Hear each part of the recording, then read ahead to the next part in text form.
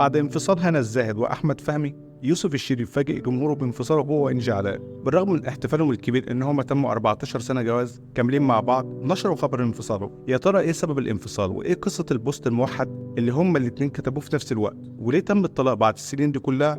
وإزاي بدأت قصة الحب بينهم؟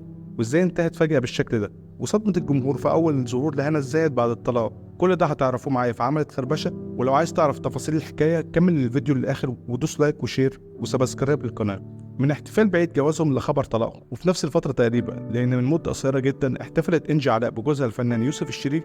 نشرت فيديو مليان صور ليهم واللي غلب عليه طابع الحب بينهم، وكتبت وقتها إنجي علاء على الفيديو وقالت: عيد جوازنا ال 14 كل سنة وأنت طيب يا حبيبي وربنا يقدم لنا اللي فيه الخير. لكن بعد كده فاجئوا جمهورهم بنشر بوست موحد على تويتر عن انفصالهم بعد جواز دام 14 سنة، لكن بيان يوسف الشريف باين إنه لسه بيحبها وإنه مش قادر على فراقها. بالرغم من نجاحهم في الحياة الزوجية والفنية، لكن أعلن الزوجين خبر الانفصال. وكتبت إنجي علاء على صفحتها الرسمية وقالت: قدر الله ما شاء فعل، يؤسفنا أن نعلن نحن وإنجي علاء ويوسف الشريف إنه قد تم الانفصال رسمي بيننا، مع الأكيد على استمرار علاقة الود والمعزة والاحترام المتبادل، تقديرا لسنوات العشرة اللي جمعتنا ولأولادنا أجمل نعمة أنعمها الله علينا. دعواتكم ربنا يكتب لنا اللي فيه الخير، وأشهد الله يا يوسف إن طول فترة زواجنا ما شفتش منك غير كل خير، وربنا يوفقك في اللي جاي والحمد لله على كل شيء.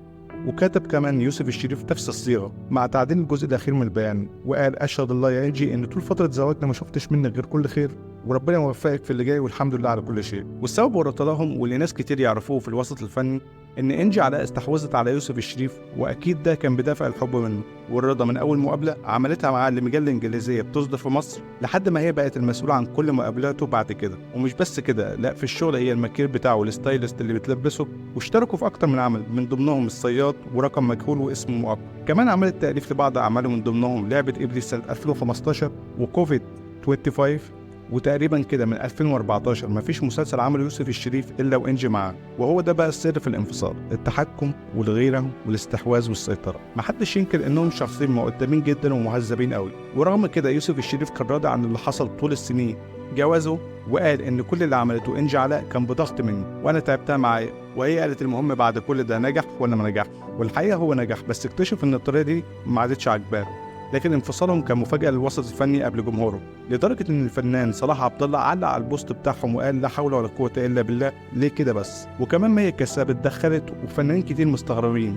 بس سر القرار المصيري ده هو التحكمات اللي عاشها الفنان يوسف الشريف طول السنين اللي فاتت. وكمان إنجي لقت إن القرار ده هيريحه واتفقت معاه فيه.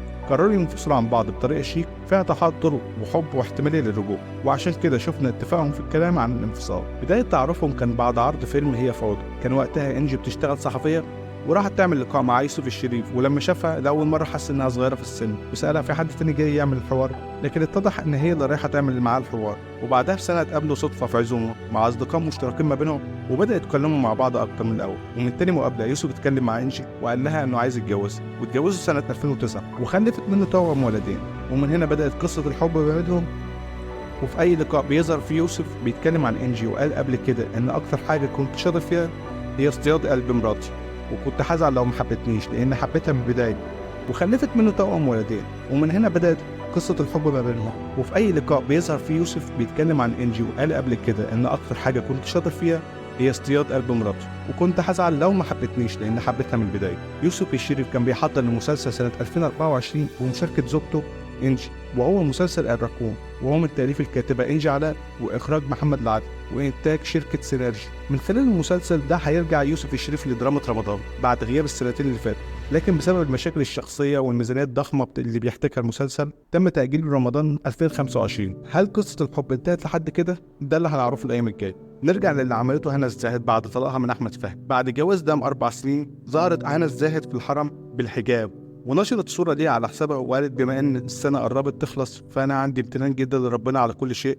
وكل لحظة أكد لي فيها بلطفه إنه بيحبني وابعت لي قوة وصبر زيادة وإشارات إن لسه في حاجات أجمل مستنياني باقي الطريق، الحمد لله رب العالمين.